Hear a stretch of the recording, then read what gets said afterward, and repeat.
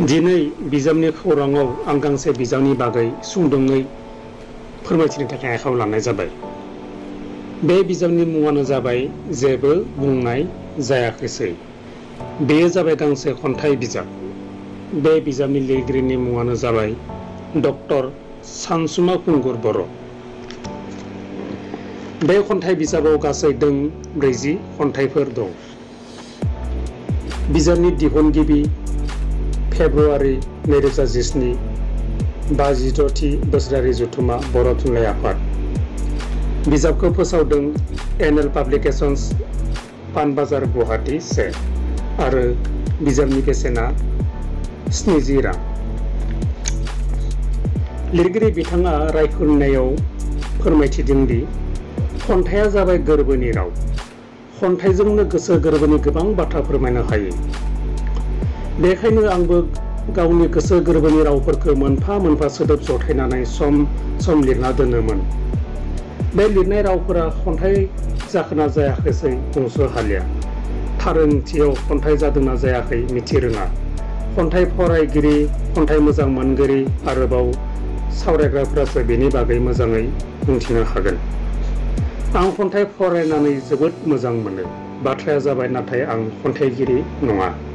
थेवबो गेजेर गेजेर जेब्लानो सम मोनदों बेफोर लिरनानै दोननाय खायसे खन्थाइफोरखौ बायदि बायदि लाइसि सानमा लाइसिफोराव फोसावनायबो जादों।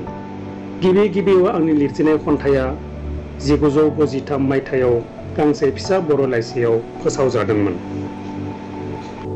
बेखिनियावनो मख'नो गोसो जादों गुवाहाटी नोगोरमानि थुनलाइयारि गौथुम सोरजिखौ। बे थुनलाइयारि आड्डा एबा मजलिसआ आंखौ खन्थाइ सोरजिनो गोबां थुलुंगा होदों। दानफ्रोमबो जुथुमनाय बे आड्डायाव आं माखासे खन्थाइ लिरनानै आवरायखांबाय। बे खन्थाइ बिजाबखौ दिहुननो थुलुंगा होनाय आंनि बिसि शर्मिलाखौ अरायबो गोसोखांनांगोन। जानला मानला लिरनानै दोननाय खन्थाइनि थुख्रा बिलाइफोरखौ ज' खालामनानै बिजाब महरै दिहुननो आंनि बिसिया गले गले बुंबाय थायोमोन। खायसे एंगारहायि जाहोनफोरनि थाखायबो लिरना दोननाय माखासे लिरबिदांफोरखौ सेबखांनानै दिहुननो हाया जायो। एनएल पाब्लिकेशन्सनि बिगोमाया आंनि खन्थाइ बिजाबखौ सेबखांना होनायनि थाखाय अलक अधिकारी बिथांनो आंनिफ्राय साबायखर थाबाय। जोबनायाव आंनि बे खन्थाइ बिजाबा फरायगिरिफोरनि अनसायनाय, बोसोन आरो आंनो थुलुंगा होनाय मोनगोन होनना मिजिंथिबाय। आंबो मिजिंथिबाय दि बिथां सानसुमा खुंगुर बर'नि बे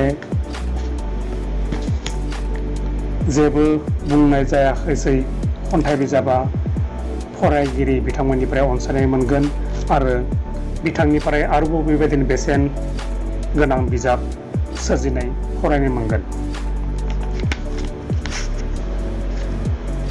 बेजों लोगोसे दिनै बे बिजाबनि खौरांखौ बेखिनियावनो फोजोबनाय जाबाय। गोजोन्थों।